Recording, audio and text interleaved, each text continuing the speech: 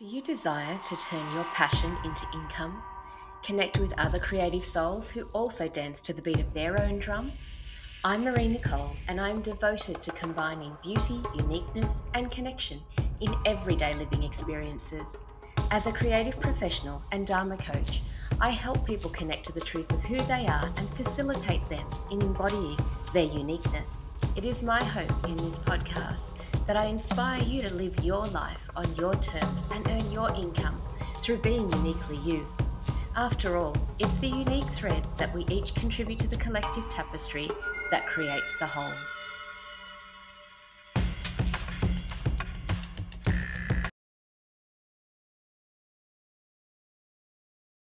Don't like the algorithms or don't like your habits?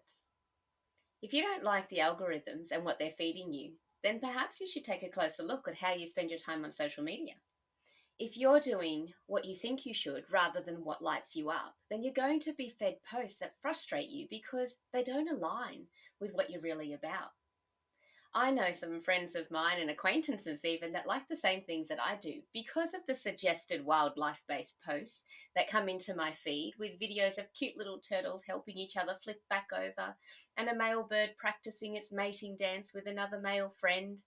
Because I see their names listed as someone else who's liked the post, which makes me smile from ear to ear and feel even more connected to them. Even if they're not seeing it or we're not seeing it in each other's company, I know that we have shared interests. The internet can work in our favour or it can work against us, and it depends on how we choose to use it. Over the years, I've come to realize that when I used it in ways that did not align with what I was truly about, I was fed posts that led me to feeling frustrated by what was showing up. Taking notice of my own actions and the outcomes they led to has made me become more discerning about how I use social media. There was a practice around following everyone who follows you that was recommended many years ago in order to build your following. And I found that this practice led me to feeling more frustrated than anything else because my feed was full of things that I didn't actually have an interest in. So instead, I've chosen to operate in alignment with what I'm about and select carefully who I follow based on my own interests, my desires, and my purpose in this journey of life.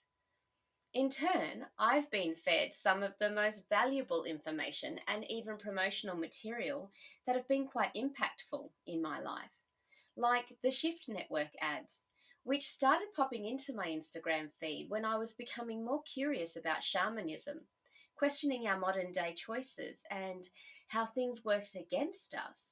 Seeing so many people suffering around me who perceivably have everything they need or want, and yet they still were miserable and disappointed in their life.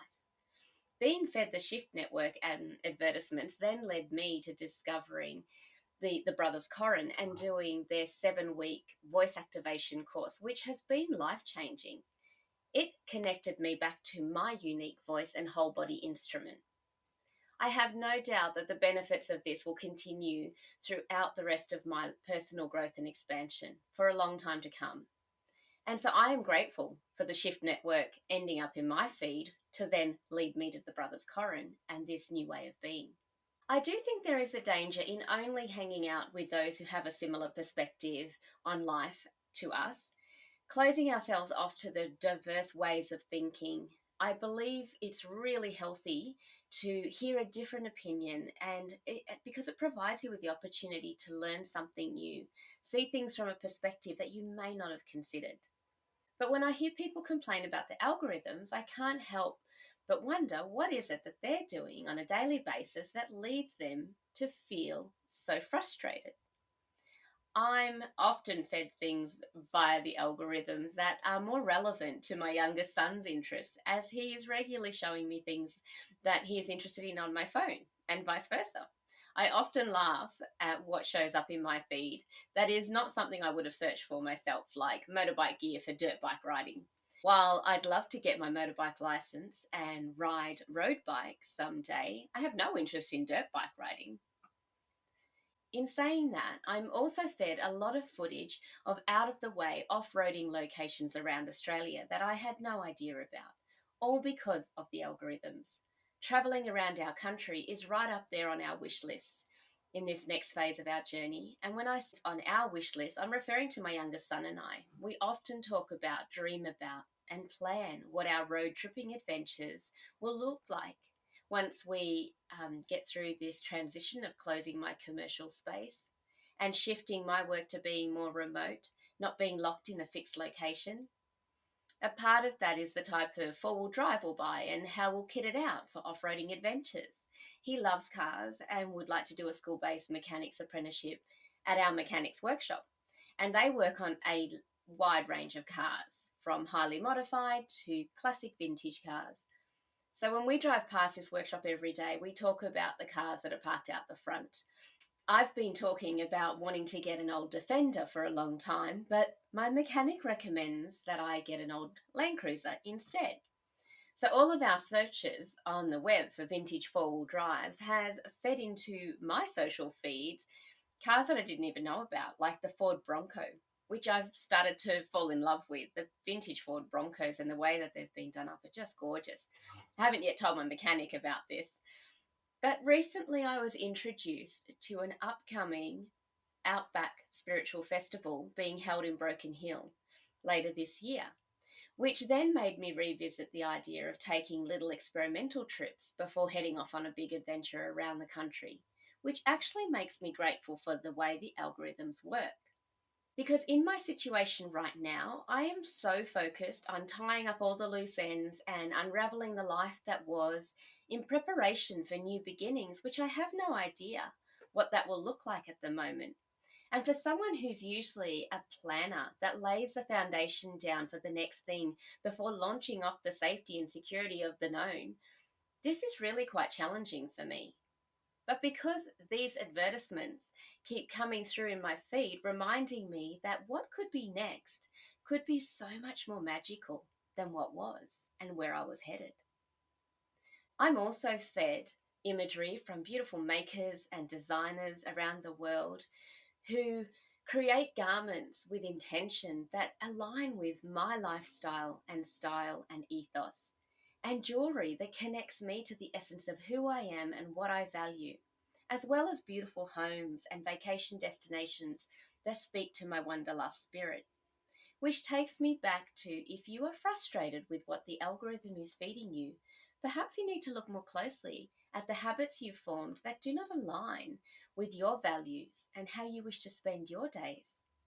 Spending more time doing what you think you should, rather than what lights you up, will lead to feelings of frustration and resentment. But the only person that can change your habits is you. Serving others through engaging in your unique gifts and talents is so much more powerful than doing what you think you should do based on what someone else is doing or what you believe will lead to your desired outcomes, but doesn't actually align with who you are. True success and happiness starts inside of us, and what we consume contributes to our outcomes and our reality, from the food we eat to the dialogue that we take in, the information we absorb through all of those external portals like news, TV shows, the people we hang out with, and our social media feeds. Thank you so much for your time. I know how valuable it is, and I hope you got value out of listening to this podcast. If you are looking for a coach to support and guide you through your own unique journey of creating a life you love, then reach out for a connection call. And if you'd like to connect with other creative souls in person by joining us at a workshop, a retreat, or to book a unique shopping experience here at Creators Nest, I run those by appointment. So check out the website for more details. The link is in the show notes. Oh, and please leave a review. I'd love to hear any insights or inspirations that were activated in you from this podcast. And I look forward to drumming, dancing, or soaring alongside of you.